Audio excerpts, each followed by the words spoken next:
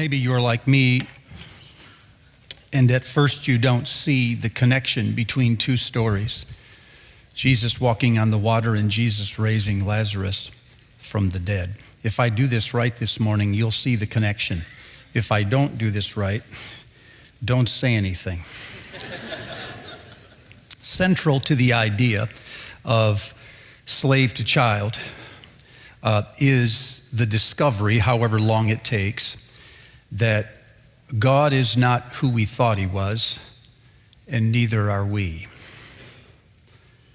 This discovery, and it happens again and again and again in our lives, is not so much the changing of religions as it is the changing of personalities within the same religion, God's and ours. And it leads us to a new identity at the end of our journey, that of being a child of God, no longer just a servant. This conversion is also a crisis for a lot of people when they discover that God is not who we thought he was, and therefore neither are we, because it feels to us like we're losing the only God we knew. And we have not yet taken hold of another one. And so it feels like a free fall. I have called this process the death and resurrection of God. It's the peeling back of old ideas of God so that new ones can emerge.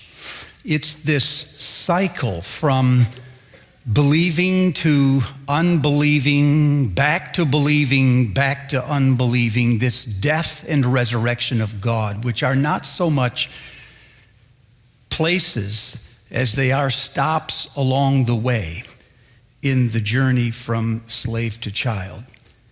And if we can be patient with ourselves when we fall into this period of life where it is hard to believe in the God we have known so far, and if we will be open-minded enough to new revelations, and if we will be courageous enough to seize those, and humble enough to remain teachable, then this can actually be a very life-giving process in life.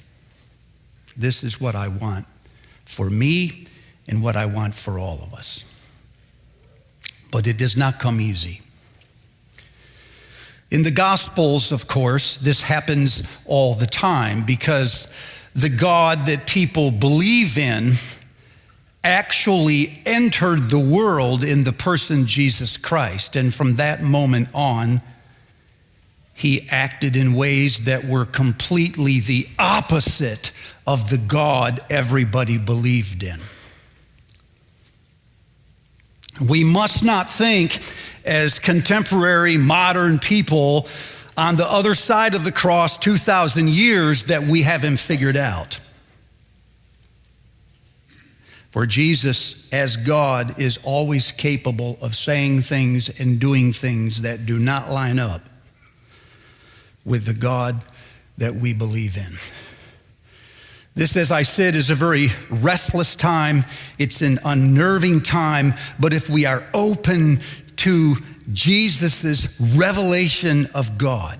So what we've done in the last few weeks is we've looked at some encounters that people had in the Gospels with Jesus. And what did they go into that encounter believing was true about God, and what actually showed up that day. For 14 years, my family lived in Michigan, 1 block away from Lake Huron. It's a little bit bigger than the Mississippi River. It's actually 23,000 square miles in water surface, about the size of West Virginia. It's the second largest of all 5 Great Lakes. It's known for its sudden storms. They're violent. They come out of nowhere. It's known for its lighthouses to guide ships along the way in those storms. More than 120 lighthouses line the beaches of Lake Huron alone, and it's known, of course, for its shipwrecks. More than 1,000 shipwrecks still lying at the bottom of the lake. It's a diver's paradise. There's a little place north of Alpena. I'll use my map. This is nice when you're speaking of Michigan. By the way, I just call it the left hand of God, by the way. He put his hand on the map, and there it was.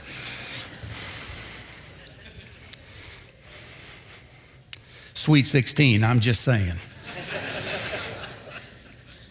There is this place north of Alpena called Thunder Bay. Thunder Bay is a fraction the size of Lake Huron, but there's more than 200 of these wrecks at the bottom of Thunder Bay alone. They call it Shipwreck Alley.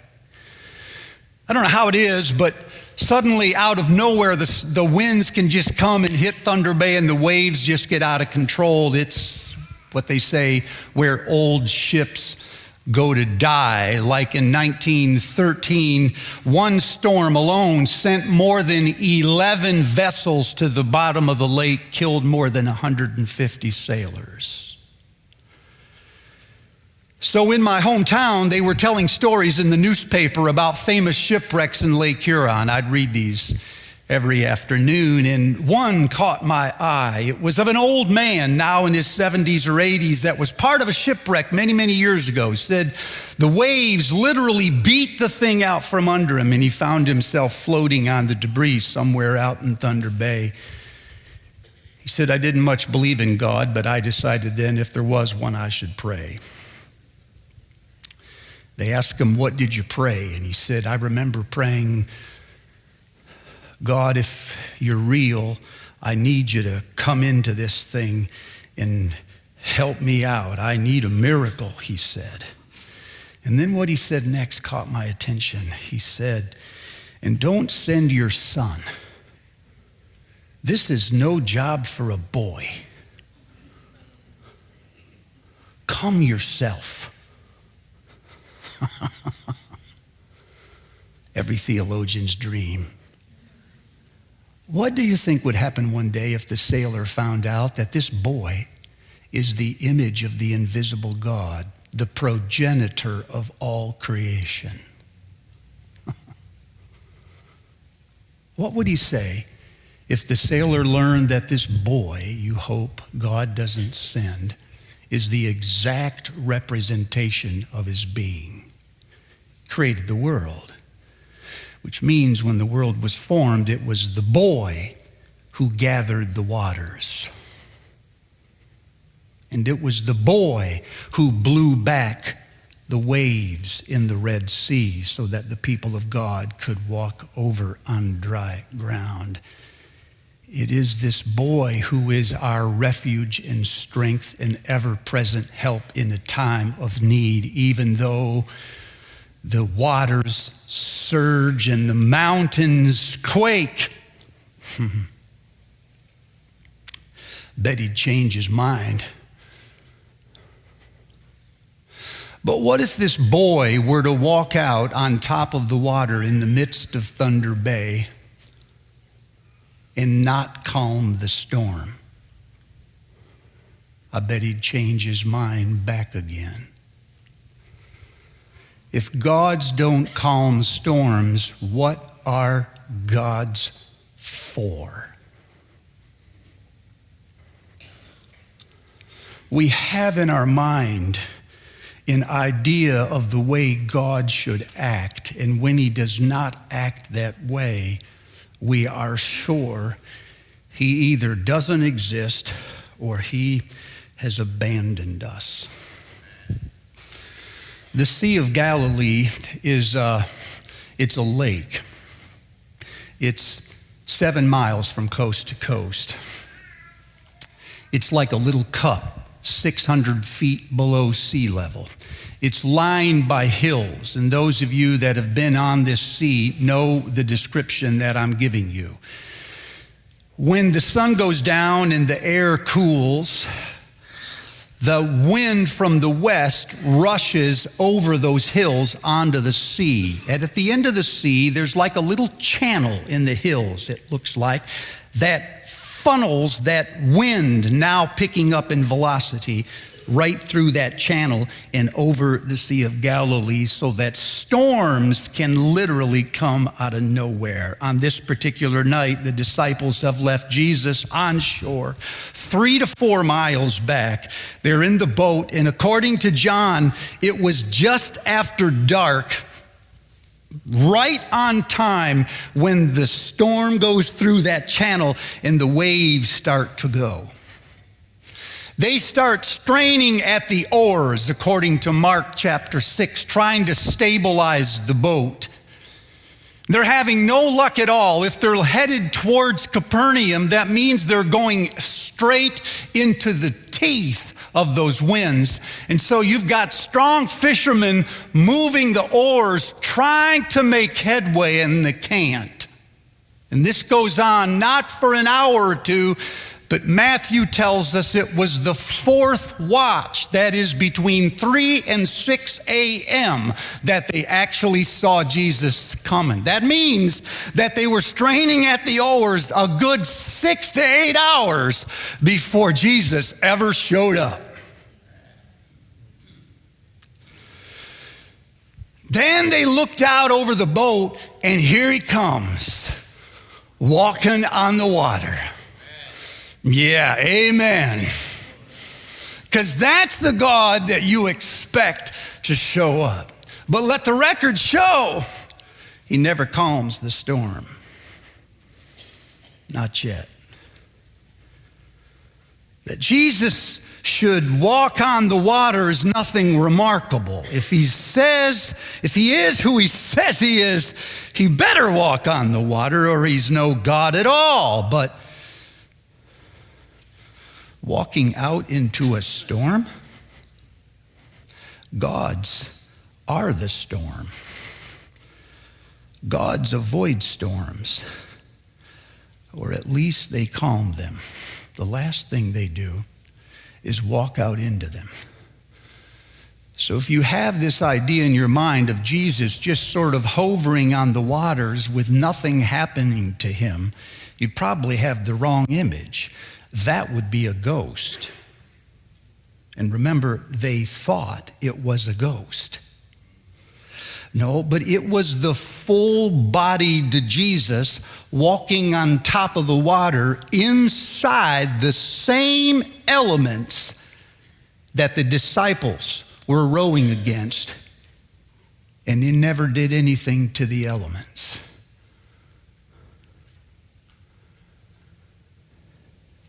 Peter, taking courage from this, says, Lord, if this is you, tell me to come to you, and I will. Jesus says, come. And he does. He crawls over the boat, and he starts walking on the water toward Jesus until he notices the storm. And suddenly, when the vision of the storm is stronger than his vision of Jesus, he starts to sink, and he cries out, Lord, save me. And Jesus reaches out his hand and pulls him back up. And then the two of them get into the boat, and then the storm dies down. This story is very controversial and very confusing, but I think it's a powerful metaphor. I believe it's true, by the way, literally every detail of it. But I think it's also a metaphor for times in our lives when we are suddenly thrown into chaos and there is no immediate answer. I said to her that day in pre-op, don't worry about it, you're going to be okay. A couple hours and you'll be right back with your family. We prayed and I dismissed her, but less than an hour later, when the surgeon came into the waiting room trembling so bad she had to sit down and with a quivering voice said, "This is not what I expected. Everything has changed. She has a terminal disease and I do not expect her to live." I watched an ordinary surgery go into a storm literally in minutes.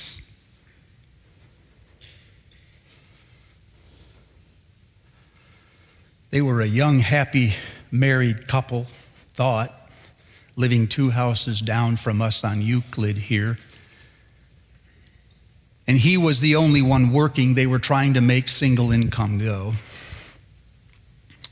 So he'd work all day, extra hours, crazy life, he kept saying. She'd bring the kids down to our front yard. They'd climb our little magnolia tree where the limbs are shorter. And then one day I noticed that he wasn't around as much, and I asked what's happening, and he said, "Well, like I said, the hours are crazy." But a few weeks later, I learned that it wasn't the hours at all. He'd found somebody else, and 2 weeks after that, he'd moved out of the house. And here, they used to attend our church. And here, in the middle of an ordinary, peaceful family, is a sudden storm. I remember walking down to the house the day that they moved her out back to Ohio so she could be with her parents while she got her legs under her. Her father and mother, Dad's an ex-Marine, standing in her front yard, and we helped load the U-Haul. And just before they drove away, I said, "Would you mind if we had a word of prayer?" Father, don't know if he's religious or not, said, "You can pray if you like." So I said, "Would you mind if we just stand around the truck and pray for God's blessing on Jenny and the kid's life?" "Yeah, go for it," he said. And as I started to invoke the name of God in this situation, I felt the man, the Marine, the ex-Marine, start to tremble so bad by the time I finished praying, he was doubled over and sobbing. They got into the truck and they drove away, and I knew the next 6 months of their life was going to be pure chaos. He sits across from me in a cafe stirring his iced tea because he doesn't want to look at me. Because last week he got an email from some bureaucrat of a large organization that said they'd consolidated the company and his job was done. He could apply for the new position if he wanted, but they think they'd found somebody else. That's legalese for we don't want to get fired by telling you you can't apply. He said, "I'm 58. What am I going to do? How long have they known this? Why didn't somebody just tell me?" And I can see the next 3 or 4, 6 months of this person's life just being tossed from one side to the other. Do you know what I mean when I say a storm is a perfect metaphor for a situation suddenly out of control? Yes, do you know what I mean? Normally, when this happens, the thing we all cry out for is, "Why, God? Why have you done this? Why are you acting in ways that are not like the God I've worshiped so far?" Is it because we have clung so tightly to traditional models of omnipotence that we fail to see the radical idea of God who shows up in the Gospels? He is a God who is weak in power but strong in love. A God who is willing to be vulnerable to pain in the freedom of love. Christians, of course, believe that God is powerful. Let me change that. Christians believe that God has power, but we believe that God is love. Therefore, his love defines his power. His power does not define his love. So we always speak of God's power within the constraint of love. And we always remind ourselves how easy it is to misunderstand what power really is. This is the story of Jesus raising Lazarus from the dead. When Martha met him out in the path, she said to him, Jesus, if you'd have been here, my brother would not have died, but even now I know God will give you anything you ask for. That's power. You hear it? As soon as Jesus is walking into the village, Mary gets up, comes out, and meets Jesus and says exactly the same words. Jesus, if you'd have been here, my brother would not have died. That's power. Jesus said, where is he? And when she turned to walk to the tomb, Jesus noticed Mary and the other Jews who are overcome with sorrow, and Jesus himself is deeply moved from within, verse 33, and before they even get to the tomb, Jesus wept.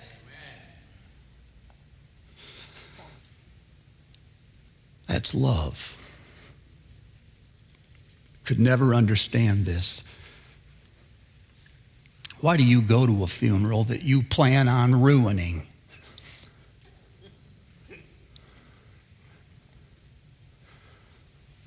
Why don't you just speak the word and raise that boy right now? Better yet, what'd you wait 4 days for? No point crying over something you can fix. But while Jesus is crying, and the word means to sob, the audience falls into two parts. The very next verse says, some of them looked at Jesus and said, man, look how much he loved him. That's love. But the others turned and said, could not he who have opened the eyes of the blind have kept this man from dying? That's power. Some of them want to start with power and say, my God is all about power, so we better use his love in a storm. Others say, my God is love. Sometimes he just attends the funeral and raises them later.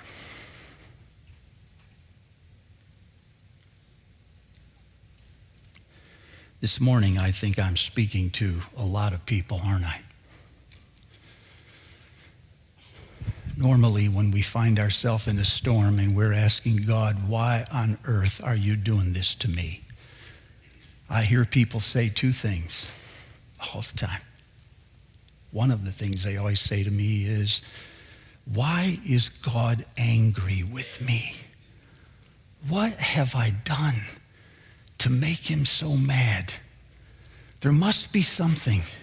I'll say, do you know what it is? No. For the life of me, I can't figure it out. That's why I've come to see you. I thought maybe you could tell me what God expected, and I transgressed. So in this idea, God is always angry. The other thing I hear is that God is always trying to teach us something.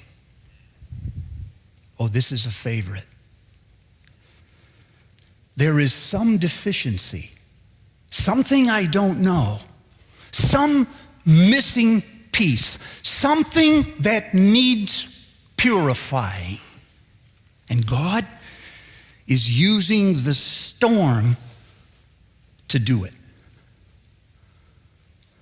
Oh, I will say, what don't you know? Oh, I don't know.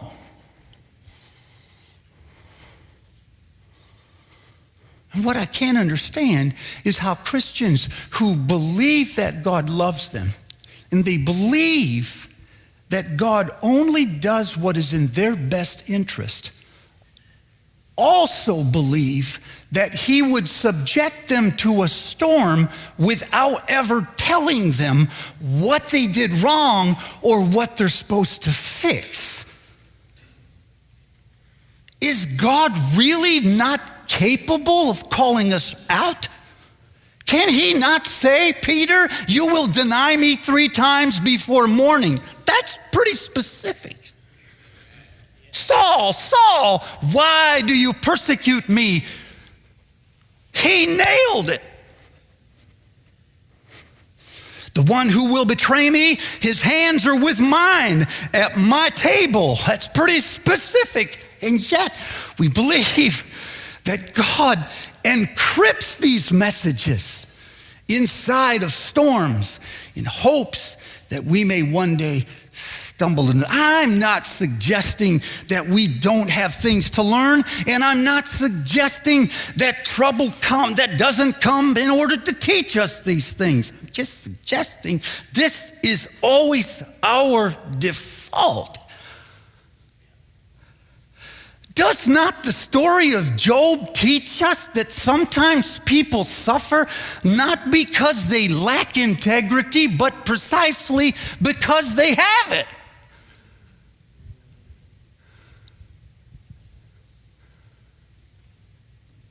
It's not because they lack faith, it's because they have faith.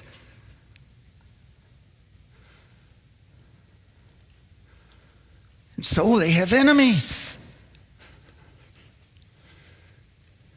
And enemies do things. And suddenly we find ourselves overwhelmed in circumstances that we cannot control. Note to self. The nature of storms are to be sudden. They come out of nowhere. They are to be on such a scale that they are moving fronts that are way over my head, and they are devastating.